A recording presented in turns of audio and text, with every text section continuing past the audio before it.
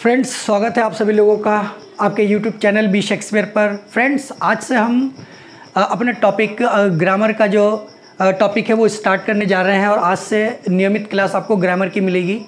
अगर फ्रेंड्स आप किसी भी कॉम्पिटिटिव एग्ज़ाम की तैयारी कर रहे हैं तो उसमें ग्रामर पूछा ही जाता है, ठीक है। चाहे आप IAS ले लीजिए, PCS ले लीजिए, चाहे GIC लेक्चरर की ले लीजिए, LTGIC ले लीजिए, TGT, PGT और KBS, NBS, UPTET, CTET कुछ भी ले लीजिए, या दरोगा भर्ती या XYZ इस तरीके की कोई भी भर्ती हो तो ग्रामर पूछा ही जाता है। या आप एकेडमिक जो है एजुकेशन ले रहे हैं, आप 9th, 10th, 11th, 12th के बच्चे हो तो ये वीडियो आप ज़रूर देखिए, ठीक है। तो देखिए फ्रेंड्स, आज से हम इंग्लिश ग्रामर चालू करने जा रहे हैं और इसमें हम सबसे पहले एसेंशियल नॉलेज ऑफ ग्रामर, यानी कि जो ग्रामर है, जो व्याकरण है, उसका जो मूलभूत नॉलेज है वो हमें होनी चाहिए, है ना। क्योंकि हम जो है जो निम्न लेवल से हाई लेवल की ओर जा रहे हैं तो इसलिए हमें जो बेसिक कॉन्सेप्ट है ग्रामर की वो पता होनी चाहिए। तो फ्रेंड्स, सबसे पहले हम जानते हैं कि फोनिम क्या होता है। देखिए फ्रेंड्स, फोनिम वो ध्वनि है जो किसी भी भाषा को व्यक्त करने की सबसे स्मॉलेस्ट यूनिट कही जाती है, यानी इससे नीचे कुछ नहीं, ठीक है। तो ध्वनि ही सबसे पहले जब हम बोलते हैं तो ध्वनि का प्रयोग करते हैं। तो देखिए, the phoneme is the smallest unit of a language, यानी कि भाषा की सबसे छोटी इकाई जो होती है वो फोनिम होती है, जिसको ध्वनि कहते हैं। दैट कैन चेंज मीनिंग, जो कि अर्थ परिवर्तित कर सकता है। अब देखिए कैसे क्या होता है। जैसे फ्रेंड्स, फोनिम किसे कहेंगे, जैसे आपने ये क देखा होगा हलंत लगा हुआ प्लस अ, तो ये हो गया पूरा क। फ्रेंड्स, ये जो है ये फोनिम है, ठीक है, ये स्वर है और इन दोनों के योग से ये जो बना है ये लेटर बना है, जिसे वर्ण कहते हैं, ठीक है। फ्रेंड्स, आपने हलंत लगा हुआ क देखा और अ, क और अ के योग से ये बना है पूरा क, ये लेटर है और ये फोनिम है। तो आपको पता चल गया होगा कि लेटर और फोनिम में क्या डिफरेंस होता है। ये लेटर से भी छोटा यूनिट कहलाता है, इसीलिए ये जो है लैंग्वेज की सबसे छोटी यूनिट या सबसे स्मॉलेस्ट यूनिट मानी जाती है। फ्रेंड्स, अब देखिए आगे, लेटर क्या होता है। Letter, a letter is a written or printed sign या फॉर्म दैट रिप्रेजेंट, ये दैट होगा friends, presents a sound in a language. अब समझ में आ गया होगा कि लेटर जो है वो एक लिखित या प्रिंटेड छापे के अक्षर के फॉर्म में होते हैं, जो प्रस्तुत करता है, क्या प्रस्तुत करता है, जो साउंड को प्रस्तुत करता है, आवाज़ को प्रस्तुत करता है इन ए लैंग्वेज, भाषा में ये भी साउंड को प्रस्तुत करता है और ये भी साउंड को प्रस्तुत करता है। लेकिन इन दोनों में फ़र्क क्या है, इन दोनों में यही फ़र्क है कि ये इसमें हलंत लगा होगा, ये ऐसे पढ़ा जाएगा क, है ना, लेकिन ये पूरा पढ़ा जाएगा क, और ये प्रिंटेड फॉर्म में होगा। आपने जो किताबों में आप पढ़ते हैं वो प्रिंटेड फॉर्म में होता है तो वो लेटर कहलाएगा। लेकिन ये जो होता है वो इनिशियली होता है, जब हम बोलते हैं क को तो ये जो हलंत वाला बोला जाएगा ये फोनिम होगा, ऐसे पढ़ा जाएगा इसको क, यानी कि ये आधा क होगा, न कि पूरा। अगर पूरा हुआ तो लेटर कहलाएगा और अगर पूरा नहीं है, अगर हलंत लगा हुआ है तो वो जो है फोनिम कहलाएगा, ध्वनि, ठीक है। फ्रेंड्स, आपको डिफरेंट पता चल गया होगा। चलिए आगे बढ़ते हैं। अब लेते हैं फ्रेंड्स द मोर्फिम। मोर्फिम क्या होता है, शब्दांश या शब्द के जो भाग होते हैं, शब्दों का भाग, वो क्या होता है। देखिए, morpheme is the smallest part of word. जो मॉर्फिम होता है, शब्दांश होता है, वो शब्द का ही भाग होता है और शब्द का ही अंश होता है, ठीक है। दैट कैरीज मीनिंग, जिसके मीनिंग होते हैं, जो अपने साथ मीनिंग कैरी करता है, यानी कि अर्थ लेता है, ठीक है। अब कैसे, जैसे मान लीजिए, देखिए फैटर ले लीजिए, फैटर, फैट प्लस अर फैटर, है ना। तो देखिए फैटर, फैट का मतलब होता है मोटा, और ER लेंगे तो इसका मतलब होगा मोर, है ना, यानी कि ज़्यादा मोटा। ये हो गया फैट माने मोटा और मोर माने ज़्यादा या अधिक, ठीक है। तो इसका तो दो भाग हो चुका है, इसका तो दो हो चुका है, फैट और ER।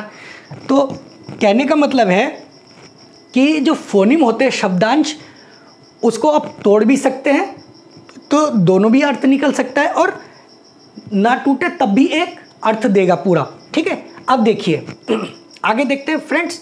अब सिलेबल क्या होता है, यहाँ फर्क आएगा, इन दो शब्दों में डिफरेंसेस आएगा। सिलेबल क्या होता है, देखिए, a syllable is a single unbroken vowel sound. जो सिलेबल होता है वो एक अनब्रोकन वॉवेल साउंड होता है, यानी कि वो स्वर तो होता है लेकिन उसको तोड़ा नहीं जा सकता।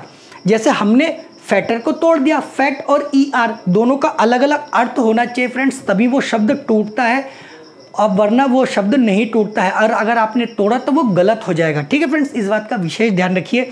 बच्चे क्या करते हैं कि फैट और जो है TER टर जोड़ दिया, तो TER टर का कोई अर्थ नहीं होता है, तो इस तरीके से वो शब्द टूटता नहीं है, वो गलत हो जाता है।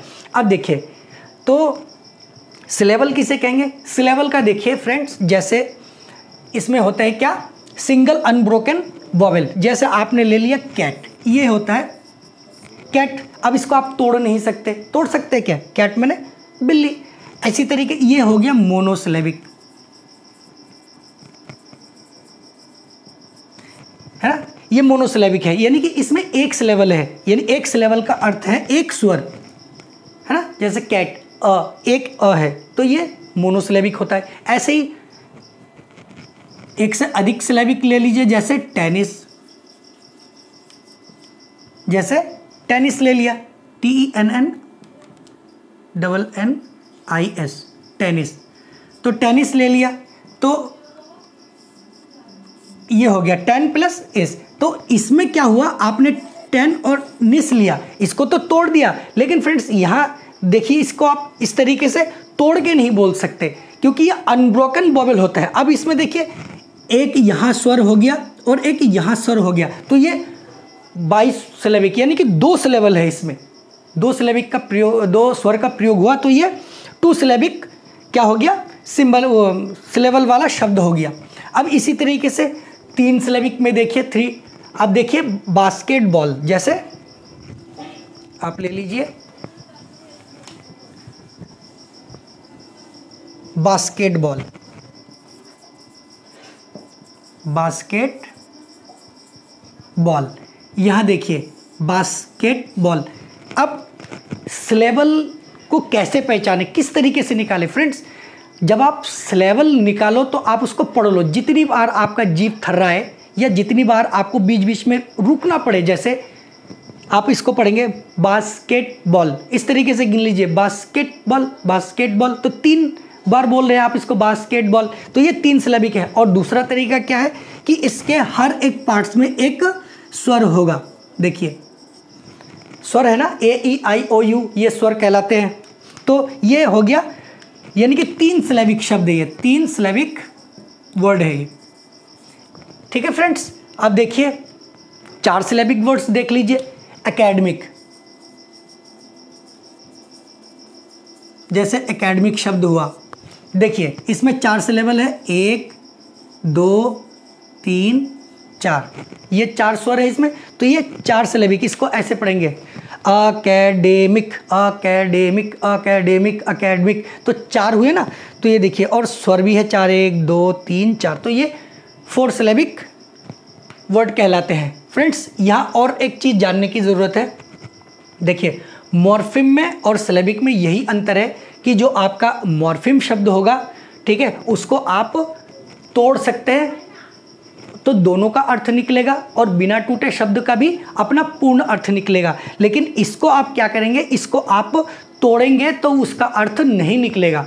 ठीक है, यही फ़र्क होता है मॉर्फिम में और सिलेबल में। ध्यान दीजिए, जैसे देखिए बास्केटबॉल, इसको अगर आप अलग करेंगे, बास्केटबॉल, बॉल का तो अर्थ आएगा लेकिन इन दोनों का नहीं आएगा, तो इसको आप तोड़ नहीं सकते, यानी कि सिलेबल को, सिलेबिक शब्द को आप तोड़ नहीं सकते, लेकिन जो फोनिम है इसको आप तोड़ सकते हैं। जैसे हमने अभी फैटर को तोड़ा था, फैटर, ठीक है, तो ये फैट और ER, फैट का मतलब होता है मोटा, इसका पूरा अर्थ आ रहा है, और ER का मतलब होता है मोर, यानी अधिक।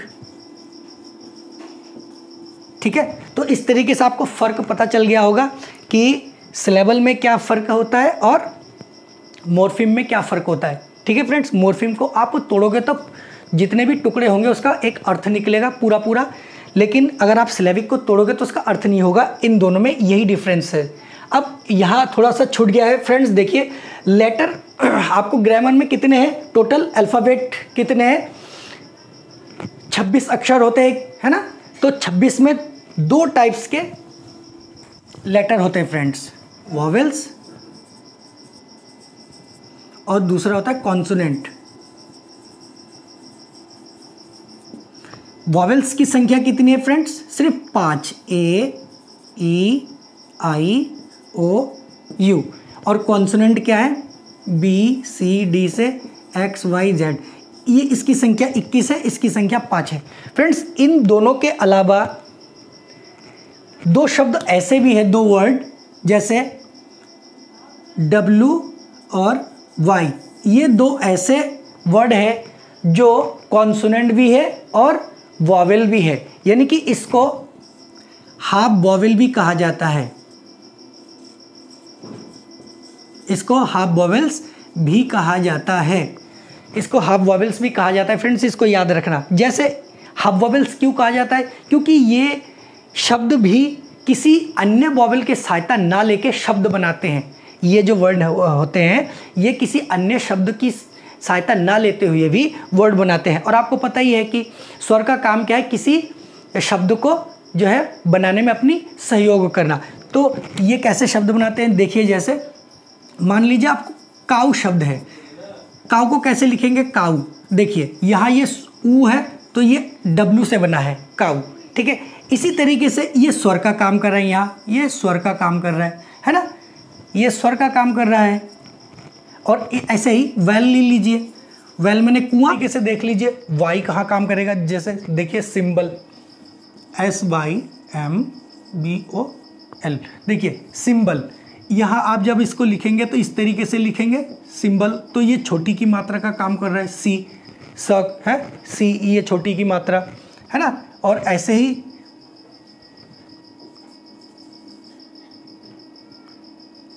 अब देखिए येलो लिया, येलो, येलो आया, येलो, वेल, यहाँ वेल फ्रेंड्स, व, तो यहाँ व का काम कर रहा है ना, ये व्यंजन का काम कर रहा है, देखिए वेल, है ना। और यहाँ येलो, ये भी अब देखिए य का काम कर रहा है, यानी कि ये व्यंजन है, यहाँ स्वर है, तो ये स्वर और व्यंजन दोनों का काम करता है, इसीलिए इसको हाफ वॉवेल्स भी कहा जाता है, या स्वर और कॉन्सोनेंट ये दोनों है। तो इस बात का विशेष ध्यान रखना फ्रेंड्स। जैसे और भी शब्द है, जैसे स्पाई, जैसे आप स्काई लिखते हो, ठीक है, तो देखिए स्पाई, इसको आप कैसे लिखिए, स्पाई, देखिए ये बड़ी ई का काम कर रहा है ना, यानी कि स्वर का काम कर रहा है। ऐसे ही स्काई, स्काई, तो ये भी बड़ी ई का काम कर रहा है, यानी कि स्वर का काम कर रहा है। तो फ्रेंड्स W और Y ये हाफ वॉवेल्स भी कहलाते हैं, आप इस बात का ध्यान रखना। ये एग्जाम में पूछा जाता है कि ऐसा कौन सा शब्द है, ऐसा कौन से लेटर्स है जो इनमें से हाफ वॉवेल्स कहे जाते हैं।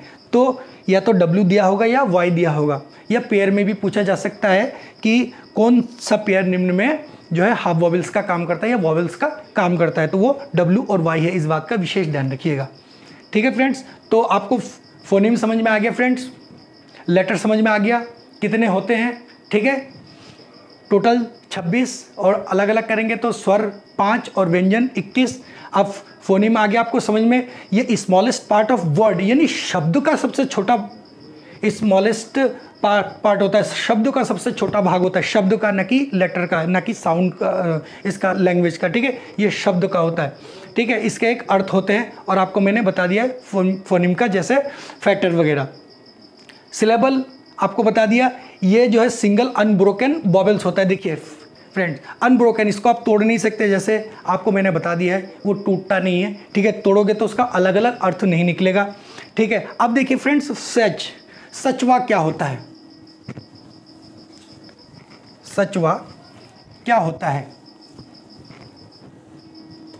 देखिए a schwa is a vowel sound. Friends, ये जो सचवा होता है ये भी एक स्वर का साउंड देता है in a unstressed syllable where a vowel does not make its long और शॉर्ट वॉवेल साउंड। देखिए सचवा क्या है, एक वॉवेल साउंड है और ये अपना प्रेशर कहाँ दिखाता है या किस शब्द को इंडिकेट करता है, वो उस शब्द को इंडिकेट करता है जहाँ शब्द यानी अनस्ट्रेस्ड शब्द होते हैं उस पर कम दबाव डालता है। ठीक है, उदाहरण से आप बिल्कुल अच्छे से समझ जाएंगे।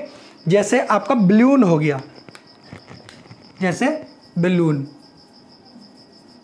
देखिए फ्रेंड्स बलून, आप इसको कैसे पढ़ेंगे, बलून है, बलून। आपका जो ई है फ्रेंड्स, ई, इस पे सबसे कम स्ट्रेस पड़ा है, यानी कि जो प्रेशर होता है, दबाव होता है, स्ट्रेस इसमें सबसे कम पड़ा है। आप जब भी बलून पढ़ेंगे तो ऐसे पढ़ेंगे बलून, यानी कि ई पे सबसे कम स्ट्रेस पड़ा है, यानी दबाव पड़ा है।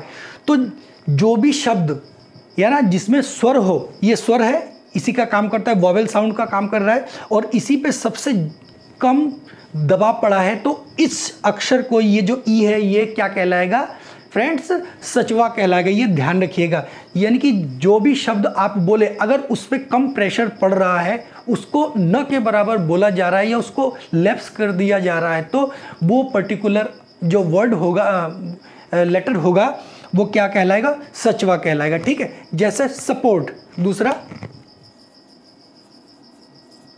देखिए सपोर्ट है ना, देखिए सपोर्ट, तो ये सपोर्ट में यू है ना, आप इसको कैसे पढ़ेंगे, सपोर्ट, तो यू तो लगभग ना के बराबर पढ़ा जा रहा है, यानी कि इस पे इस अनस्ट्रेस्ड है, यानी कि ये जो अनस्ट्रेस्ड है जिस पे प्रेशर बिल्कुल भी नहीं है, तो इस पर्टिकुलर लेटर को क्या कहेंगे, ये सचवा कहा जाएगा।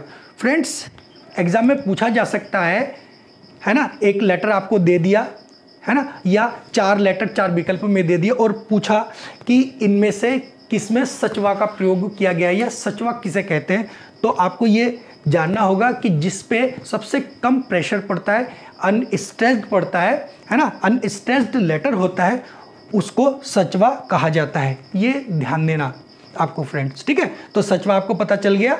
जैसे बलून में ई पे कम प्रेशर पड़ा है तो बलून, जैसे और भी है, जैसे फैमिली है ना फ्रेंड्स, जैसे फैमिली है ना, फैमिली, तो इसमें आई है ना फ्रेंड्स, इसमें आई में एकदम से देखिए कम प्रेशर पड़ा है, फैमिली, फैमिली, फैमिली नहीं फैमिली, तो आई जो है वो सचवा है ना, इस पे ये वॉवेल साउंड है और इस पे अनस्ट्रेस्ड सिलेबल है, यानी कि इस पे बहुत कम स्ट्रेस पड़ा है, इसको ना के बराबर पढ़ा जाता है, तो ऐसे पर्टिकुलर लेटर को सचवा कहा जाता है। ये सचवा से युक्त वर्ड है। ठीक है फ्रेंड्स, तो आपको ये पता चल गया होगा सचवा क्या होता है, सिलेबल क्या होता है ना, मॉर्फीम, लेटर और phoneme.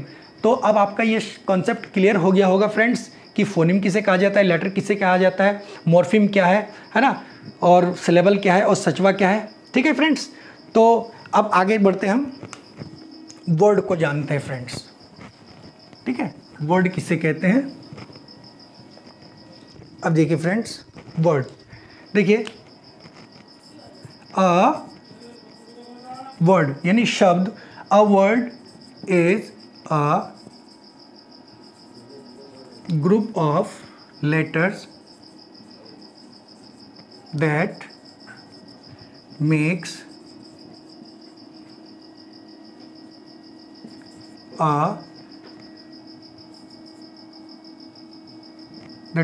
a sense, is called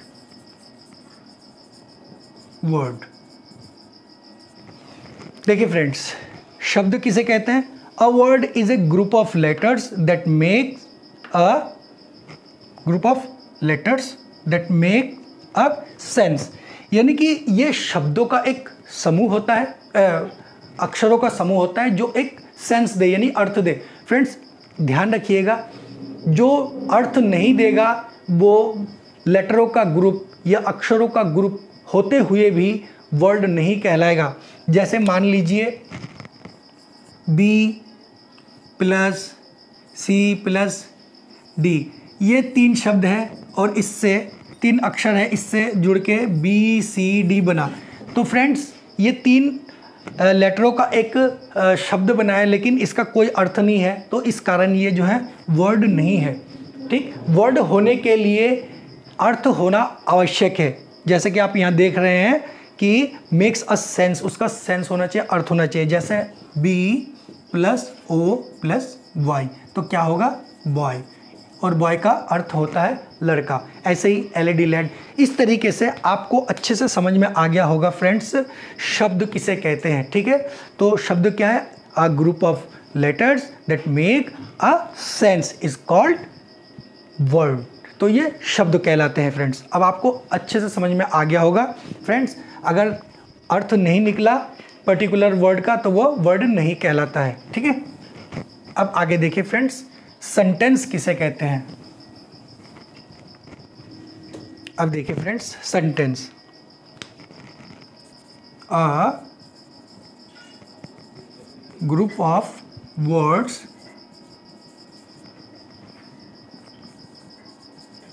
that make a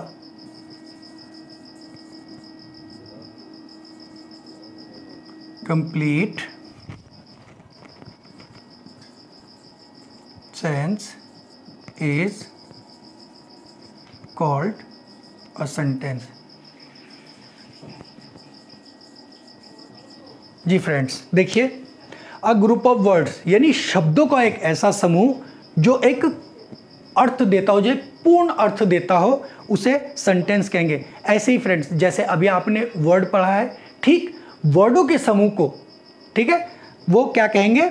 sentence कहेंगे। लेकिन सेंटेंस तभी कहेंगे जब उस पर्टिकुलर शब्दों के समूह का अर्थ निकले। अगर पर्टिकुलर लाइन का, पंक्ति का अर्थ ना निकले तो वो वर्ड के यानी कि शब्दों के समूह होते हुए भी वो लाइन नहीं कहलाएगा, वो सेंटेंस नहीं कहलाएगा फ्रेंड्स। ठीक है, जैसे ही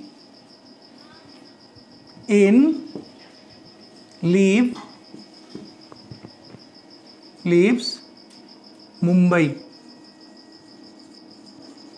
देखिए friends, he in leaves Mumbai, ये शब्दों का एक समूह है ना। लेकिन फ्रेंड्स ये आगे पीछे इधर उधर होने के कारण है तो सेंटेंस, लेकिन ये सेंटेंस नहीं कहलाएगा, ये रॉन्ग सेंटेंस कहलाएगा। ठीक है फ्रेंड्स, तो इसको सही सेंटेंस बनाने के लिए क्या करेंगे? इसको सही ऑर्डर में होना चाहिए। तो ही लीव्स इन मुंबई। तो फ्रेंड्स अब आपको समझ में आ गया होगा, ही लिव्स इन मुंबई, वह मुंबई में रहता है। तो अब ये सेंटेंस बना, ना कि ये वाला। तो कहने का मतलब आप समझ गए होंगे, जिस शब्दों के समूह का एक पर्टिकुलर अर्थ हो वही सेंटेंस कहलाएगा, अन्यथा नहीं कहलाएगा। जिस तरीके से वर्ड लेटरों का समूह हो और उसका अर्थ हो तभी वो वर्ड कहलाएगा, अन्यथा नहीं। तो आपको समझ में आ गया होगा फ्रेंड्स आज के लिए इतना ही। अगर ये वीडियो आपको अच्छा लगा तो आप 4 काम करिए। ठीक है, लाइक करिए, कमेंट करिए, अपने फ्रेंड्स में सब सेंड करिए। ठीक है, और मेरे चैनल को सब्सक्राइब ज़रूर करिए। ठीक है फ्रेंड्स, आगे हम पर्टिकुलर जितने भी चीज़ें हैं ग्रामर में 1 बाय 1 इसको कंप्लीट अच्छे तरीके से आपको बताया जाएगा।